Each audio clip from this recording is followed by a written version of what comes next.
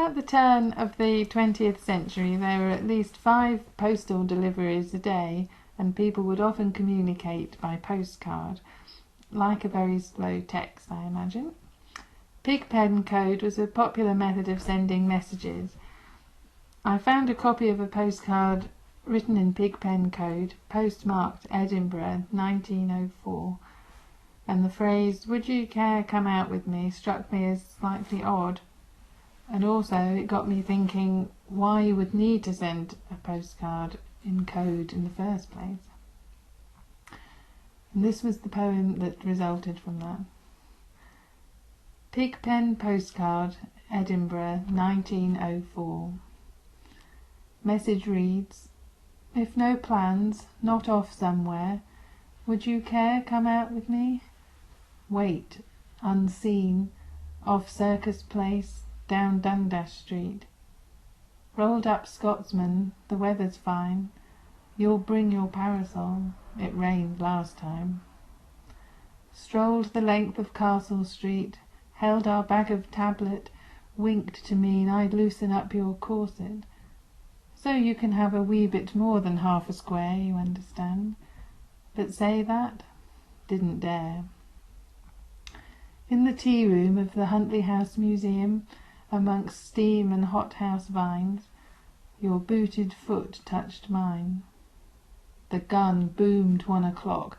Your kid-sheathed hand, unflinching, wrote to me in Pigpen postcard code.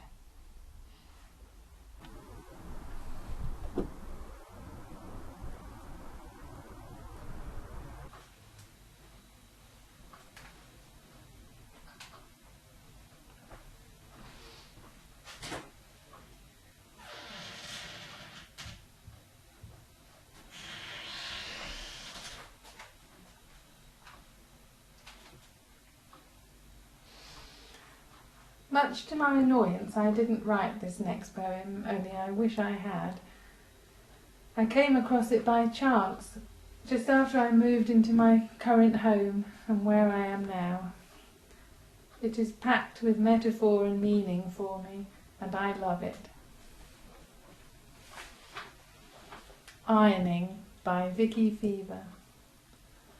I used to iron everything, my iron flying over sheets and towels like a sledge chased by wolves over snow, the flecks twisting and crinkling until the sheath frayed, exposing wires like nerves.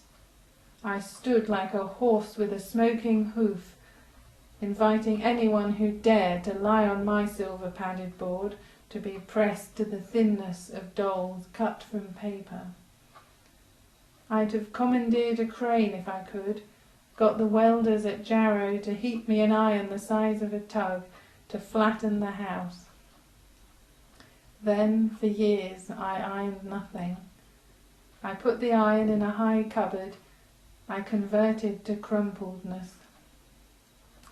And now I iron again, shaking dark spots of water onto wrinkled silk, nosing into sleeves, round buttons, breathing the sweet heated smell hot metal draws from newly washed cloth, until my blouse dries to a shining creaseless blue, an airy shape with room to push my arms, breasts, lungs, heart into.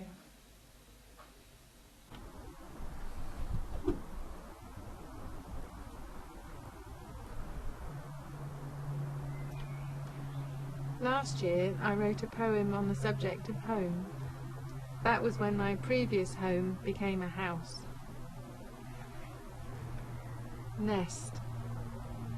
We arrived as 3, you and me and him, the rot already wormed within our 5-year love knot. Buckled with the burden of inheritance, yet cocoon-free, I used her memory as my guide from room to room. I still had you and me, and him occasionally. Yesterday I potted lavender grown from seed, now yanked from cracked earth, roots fingered for a new perspective. Intrigued, we watched, you and me, not him. Streaming insects spewing eggs from violated chambers. Can I poke them, Mummy?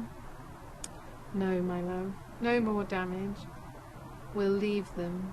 Move on. You and me.